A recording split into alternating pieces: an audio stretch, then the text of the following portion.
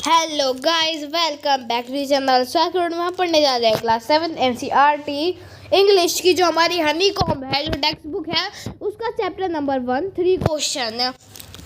तो इससे पहले की भी वीडियोस में हम इस चैप्टर को मतलब पूरा ख़त्म कर चुके हैं, बट इस वीडियो में ना हम बेसिकली इस चैप्टर के एक तरीके से आप बोल सकते हो समरी। तो हम इस चैप्टर को समराइज़ करेंगे, इसे हिंदी में समझेंगे और बाकी की चीज़ें करेंगे।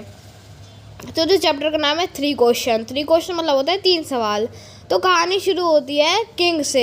तो किंग मतलब जो राजा होता है, वो एक राजा होता है, तो कहानी वहाँ से शुरू होती है। तो जो राजा होता है ना, वो अपने दरबार में ऐसे बैठा रहता है, फिर उसके दिमाग में ना अचानक से 3 क्वेश्चन आ जाते हैं और वो सोचता है कि अगर उन्हें 3 क्वेश्चनों का आंसर होगा और पता होगा ना, तो वो बहुत ज़्यादा सक्सेसफुल बन जाएगा। मतलब उसे कोई नहीं हरा सकता, वो अनडिफीटेबल बन जाएगा और अनबीटेबल बन जाएगा। तो अब देखते हैं ऐसे कौन से 3 क्वेश्चन थे जिनका अगर उसे जवाब आ गया ना, तो उसे कोई नहीं हरा सकता। तो पहला क्वेश्चन था, what is the right time to begin something. मतलब सही समय क्या है किसी चीज़ को शुरू करने का, बिगिन करने का। Second, which people should he listen to.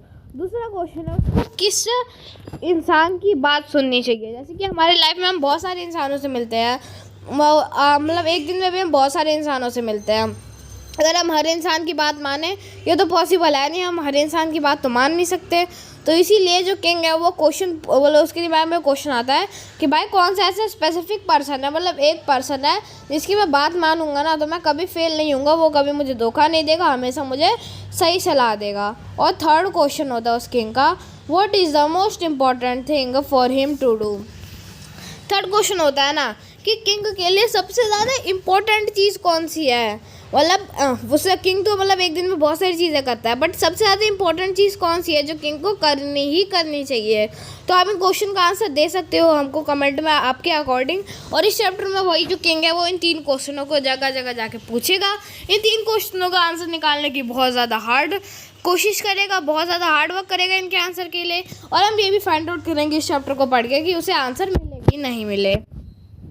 तो फिर उसके बाद जो किंग होता है वो सोचता है कि मुझे समझ आ नहीं रहा होता, फिर वो क्या करता है अपने कोटियर से भी पूछता है, मतलब उसके जो दरबार में लोग बैठे होते हैं उनसे भी पूछता है।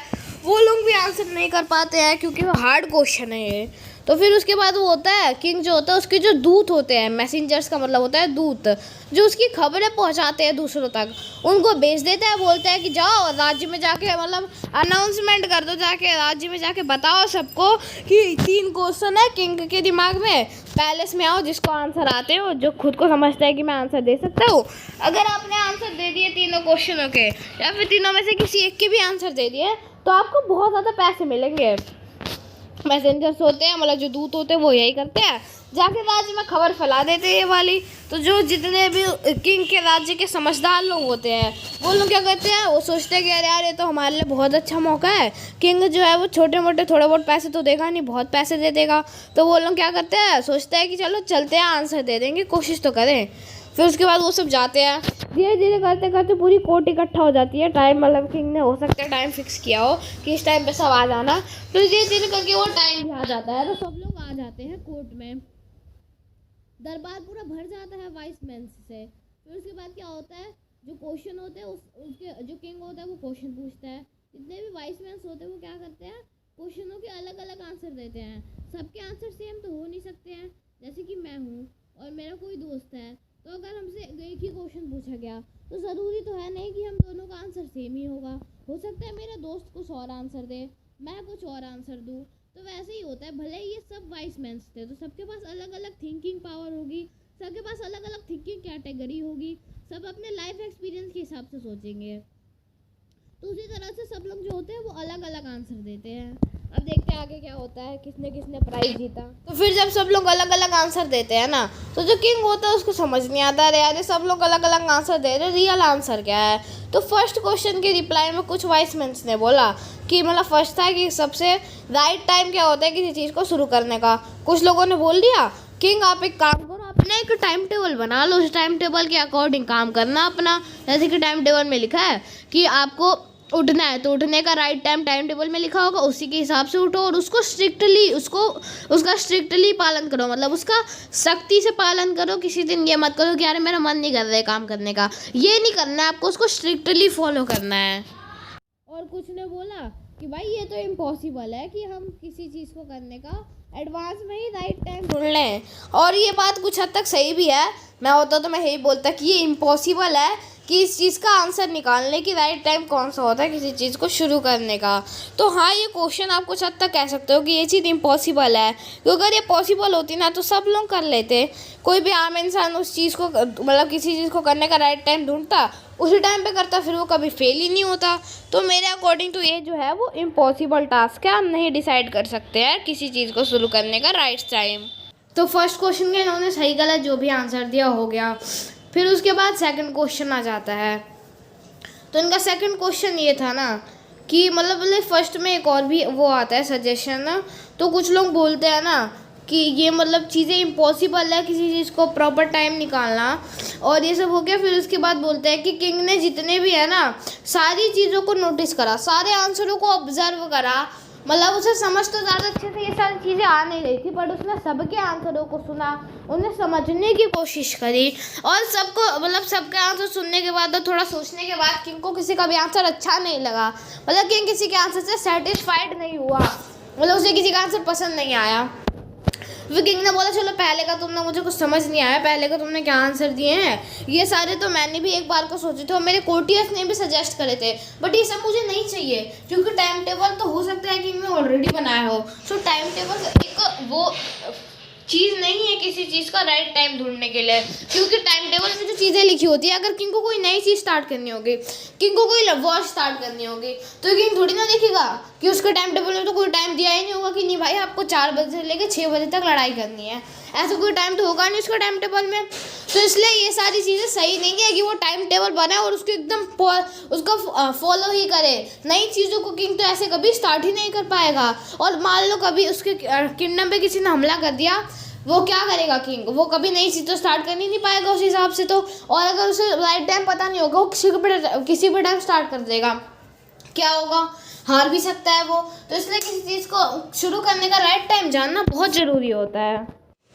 तो फिर उसके बाद कुछ लोग बोलते हैं ना कि आप एक काम करो ना, आपको ये सारे आंसर समझ नहीं आ रहे तो आप एक काम कर लो, आप ना जो चीज़ जब आपको लग रहा है कि नहीं मुझे ये चीज़ करनी चाहिए, तभी आप उस चीज़ को कर दो। तो ये भी उतने ज़्यादा सेटिस्फाइड नहीं हुआ किंग इस वाले आंसर से भी, कि किंग को तो ऐसे मतलब कभी भी उसके मन में आगे वो स्टार्ट ऐसे थोड़ी ना कर देगा। ये तो वही बात होगी, किंग वही तो जानना चाहता है कि कोई स्पेसिफिक टाइम तो होगा, मतलब लकी टाइम आप भी कह सकते हैं कि इस टाइम पे स्टार्ट करी तो भाई तुम फेल ही नहीं हो सकते, तुम कभी हार ही नहीं सकते।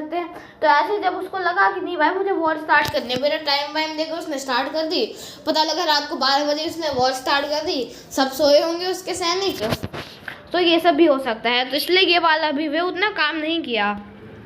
फिर उसके बाद जो किंग होता है, कुछ लोग बोलते हैं ना कि आपको ना एक काउंसिल रख लेना चाहिए, मतलब एक टाइप ऑफ कह सकते हैं टीम रख लेनी चाहिए। उस टीम का काम पता है क्या होगा कि वो लोग आपको बस बताते रहेंगे कि ये चीज़ आपको करनी है इस टाइम पे, ठीक है। तो जो ये वाला आंसर भी उतना सही नहीं था, क्यों, क्योंकि बहुत सारे ऐसे मतलब चीज़ें होती है ना जो इतना टाइम नहीं होता उनको करने के लिए। जैसे कि मान लो वॉर का ही एग्जाम्पल ले लेते हैं, किसी देश ने उन पर हमला कर दिया, तो किंग जाएगा तो है नहीं कि पहले अपने काउंसिलर के पास जाएगा, काउंसिलर मीटिंग बुलाएंगे, डिस्कशन होगा कि क्या करना चाहिए, किस टाइम पे स्टार्ट करनी चाहिए। तो जब पता चला किंग का आधा किंगडम गया, तो ये सारी चीज़ें नहीं है, क्योंकि कुछ ऐसी चीज़ें होती है ना जिनको मतलब तुरंत ही स्टार्ट करना होता है, इमिडिएटली ही स्टार्ट करना होता है। उसके लिए किसी काउंसिल वगैरह की डिस्कशन लेने जाओगे ना तो पता चलेगा वो चीज़ ख़त्म भी हो चुकी होगी।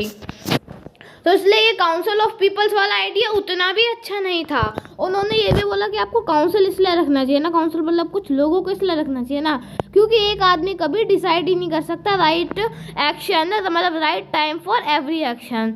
फिर उसके बाद कुछ लोग बोलते हैं कि यहाँ पे कुछ चीज़ें होती हैं जो कि अर्जेंट होती हैं, तो वाइसमैन ने बोला नहीं भाई कुछ चीज़ें अर्जेंट होती हैं, उन चीज़ों के लिए डिसीजन का वेट नहीं कर सकते। तो वही सारी चीज़ें हो जाती हैं, मतलब वो लोग ऑफेंड भी कर रहे थे आंसर्स को। कुछ ने बोला कि अगर आपको ये जानना है ना कि आपको कौन सी चीज़ को कब स्टार्ट करना है, उसके लिए आपको क्या करना पड़ेगा, फ्यूचर में जाना होगा। क्योंकि मान लो किसी चीज़ को मैं कभी स्टार्ट कर देता हूँ और फ्यूचर में मुझे पता लग जाता है कि नहीं इस चीज़ को स्टार्ट करने का ये सही टाइम था, कि मैंने इस टाइम स्टार्ट की होती ना ये चीज़, तो मेरी मैं बहुत ज़्यादा सक्सेसफुल बन जाता। तो इसलिए इसके बोलो, कुछ लोग बोलते हैं कि ये करने के लिए ना आपको फ्यूचर में देखना पड़ेगा। फ्यूचर देखोगे तो आपको पता लग जाएगा कि कौन सा राइट टाइम है, मतलब कौन सा राइट टाइम है उस चीज़ को स्टार्ट करने का। और ऐसे कोई भी आम इंसान तो फ्यूचर देख ही नहीं सकता, उसके लिए आपको जाना पड़ेगा जादूगरों के पास, आप कह सकते हैं मजिशियंस के पास, क्योंकि मजिशियंस पे ही पावर होती है फ्यूचर में देखने की। फिर नेक्स्ट आ जाता है, मतलब किंग ये सारे सजेशन सुनता है। फिर किंग जो होता है वो बोलता है फर्स्ट क्वेश्चन मुझे उतना सही समझ नहीं आया, फर्स्ट का बाद में देखेंगे। सेकंड क्वेश्चन पूछता है किंग ये सोच के क्या पता फर्स्ट का आंसर दे नहीं पाए, क्या पता सेकंड का आंसर दे दे। तो देखते हैं सेकंड के आंसर में क्या क्या लोगों ने सजेशन दिए। तो सेकंड ये था ना क्वेश्चन कि कौन है किंग के लिए सबसे ज़्यादा नेसेसरी। तो इसके लिए भी जो वाइस मैन है उनका अलग अलग पॉइंट ऑफ व्यू होगा। किसी के लिए तो किसी के लिए मान लो पंडित इंपॉर्टेंट होंगे, किसी के लिए साइंटिस्ट इंपॉर्टेंट होंगे, सबकी सोच के हिसाब से उनके लिए इंपॉर्टेंट पर्सन होंगे। जैसे कोई बहुत ज़्यादा साइंटिफिक है तो उसके लिए कोई साइंस, मतलब कोई प्रोफेसर वगैरह आप बोल सकते हो जो बहुत ज़्यादा तेज जो साइंस में वो होगा। अगर कोई भक्त है भगवान का तो उनके लिए जो पंडित है, जो सेंट्स हैं, वही सबसे ज़्यादा इंपॉर्टेंट पर्सन होंगे। तो ये जो आंसर है ना ये बेसिकली पॉइंट ऑफ व्यू पे बेस्ड है। तो पॉइंट ऑफ व्यू में तो कोई कुछ भी बोल सकता है। हर एक इंसान का पॉइंट ऑफ व्यू अलग अलग चीज़ों को लेके अलग होता है, हर किसी का पॉइंट ऑफ व्यू सेम नहीं होता है। वैसे लोगों का भी पॉइंट ऑफ व्यू अलग अलग हो सकता है। तो कुछ ने बोला प्रीस्ट आपके लिए सबसे ज़्यादा इंपॉर्टेंट है, प्रीस्ट का मतलब होता है पंडित। तो कुछ लोगों ने बोला पंडित आपके लिए सबसे ज़्यादा इंपॉर्टेंट है, आप उनके भक्त बन जाओ, उनकी सारी बातें सुनो, आप खुद देखो आपको बदलाव दिखेंगे। तो कुछ लोगों ने बोला नहीं भाई पंडित है, आपको सारी बातें पंडित की माननी चाहिए। फिर कुछ लोगों ने बोला ना कि आप तो एक किंग हो, आपके लिए सोल्जर सबसे ज़्यादा इंपॉर्टेंट है, क्योंकि आपने पढ़ा होगा हिस्ट्री में सर्कल ऑफ जस्टिस, तो उसमें भी हमें यही बताया गया है कि किंग के लिए सोल्जर्स और उसकी जो जनता है वही सबसे ज़्यादा इंपॉर्टेंट है। कुछ ने बोला डॉक्टर्स बहुत ज़्यादा इंपॉर्टेंट है, क्योंकि अगर कोई बहुत बुरी हालत हो गई आपकी, मतलब आपको लड़ाई में चोट लग गई या आपकी तबीयत वगैरह खराब हो गई, तो उस टाइम पे आपको कौन बचाएगा? तो उस टाइम पे आपको कौन बचाएगा? सिर्फ और सिर्फ डॉक्टर बचा सकता है आपको। तो इसलिए डॉक्टर कुछ लोगों के लिए इंपॉर्टेंट है। और कुछ लोगों ने किंग को भी सजेस्ट किया कि आपको डॉक्टर्स की बात सुननी चाहिए। इससे क्या होगा ना कि जो डॉक्टर्स होते हैं उन्होंने इस चीज़ के रिलेटेड बहुत पढ़ाई की होती है, उन्हें हर चीज़ का नॉलेज होता है, क्या खाना चाहिए, क्या पीना चाहिए, क्या नहीं खाना चाहिए, क्या करना चाहिए, कौन सी चीज़ हमारे हेल्थ के लिए अच्छी होती है, कौन सी चीज़ हमारी हेल्थ के लिए बुरी होती है। तो अगर एक किंग स्ट्रिक्टली एक डॉक्टर की बात मानेगा तो एक बात यह है कि जो किंग है वो हमेशा हेल्दी रहेगा, क्योंकि कभी कभी तबीयत खराब नहीं होगी, और किंग फिट भी रहेगा। और अगर एक किंग फिट रहेगा, उसका माइंड शार्प होगा, उसकी तबीयत खराब नहीं होगी, तो वो अच्छे से रूल कर पाएगा। मान लो मैं एक किंग हूँ, ठीक है, और मैं डॉक्टर्स वगैरह की बात नहीं मानता, मुझे डॉक्टर्स वगैरह की बात अच्छी नहीं लगती, मैं क्या करूँगा? मैं अपने फिटनेस पे उतना ध्यान नहीं दे पाऊंगा, ना ही मैं अपनी हेल्थ पे उतना ध्यान दे पाऊंगा। डॉक्टर्स मेरे को बोलेंगे भी ना कि आप अपनी हेल्थ पे ध्यान दो, तो मैं तो यही सोचूंगा नहीं, मुझे भाई डॉक्टर की बात नहीं माननी, मैं तो साइंटिस्ट की बात मानूंगा। साइंटिस्ट को भी इन सब चीज़ों में नॉलेज होता है, पर डॉक्टर जितना नहीं होता। तो इसलिए कुछ लोगों के पॉइंट ऑफ व्यू से डॉक्टर भी ये बहुत ज़्यादा इंपॉर्टेंट होते हैं एक पर्सन के लिए। फिर थर्ड क्वेश्चन आ गया। सेकंड का तो किंग को थोड़ा बहुत समझ भी आ गया था, तो अब थर्ड क्वेश्चन आ गया। थर्ड क्वेश्चन क्या था? तो थर्ड क्वेश्चन था कौन सी सबसे ज़्यादा इंपॉर्टेंट चीज़ है किंग के लिए। तो इस पे भी बहुत सारे लोगों का पॉइंट ऑफ व्यू अलग अलग होगा उनके एक्सपीरियंस से। मान लो मैंने एक्सपीरियंस किया है दूसरे किंगडम के किंग को, वो क्या करता है, हर टाइम बस लड़ाई करते रहता है, लड़ाई करता है, किंगडम जीतता है, कब्जा कर लेता है, लड़ाई करता है, कब्जा कर लेता है। तो मैं क्या सोचूंगा, एक किंग के लिए यही इंपॉर्टेंट होगा, लड़ाई करते हैं, कब्जा कर लेना। तो किंग के लिए ये भी इंपॉर्टेंट हो सकता है। और कुछ लोगों ने बोला किंग के लिए वर्कशिप इंपॉर्टेंट है। वर्कशिप मतलब होता है पूजा पाठ। तो कुछ लोगों के पॉइंट ऑफ व्यू से पूजा पाठ सबसे ज़्यादा इंपॉर्टेंट है किंग के लिए करना। और कुछ लोगों ने सोचा कि नहीं, आपको ना रिलीजियस वर्कशिप वगैरह हो गई, आपको फाइटिंग करनी चाहिए।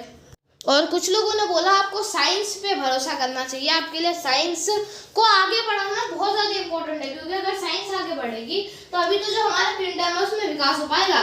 तो आपको इम्प्रूवमेंट करना ज़्यादा ज़रूरी है साइंस और अदर फील्ड्स में। तो सारे क्वेश्चन के जो आंसर थे ना वो अलग अलग थे। किंग को कुछ समझ नहीं आया, किंग सेटिस्फाइड भी नहीं था उन आंसर से।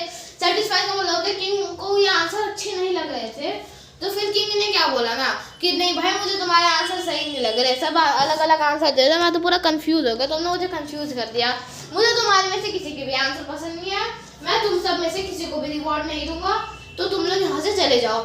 जितने भी वॉइस में होते बहुत उदास हो जाते हैं, उन लोगों ने भी तो अपना दिमाग लगा के कुछ ना कुछ आंसर दिया होगा, सब उदास हो जाते हैं बेचारे, उम्मीद लेके आए थे कि हमने आंसर बता दिया, हमको पैसे मिलेंगे, रिवॉर्ड मिलेंगे, बट हुआ क्या, कुछ नहीं, उन्हें कुछ नहीं दिया, किंग ने भगा दिया, जाओ तुम्हारे आंसर मुझे पसंद नहीं आ रहे। सो आज की वीडियो में बस इतना ही, अगले वीडियो में हम देखेंगे कि किंग ने और क्या क्या स्ट्रगल्स किए इन 3 क्वेश्चनों के आंसर जानने के लिए, उसको ये आंसर कैसे मिले और इनके एग्जैक्ट आंसर्स क्या थे और क्या इसको आंसर मिल भी पाए।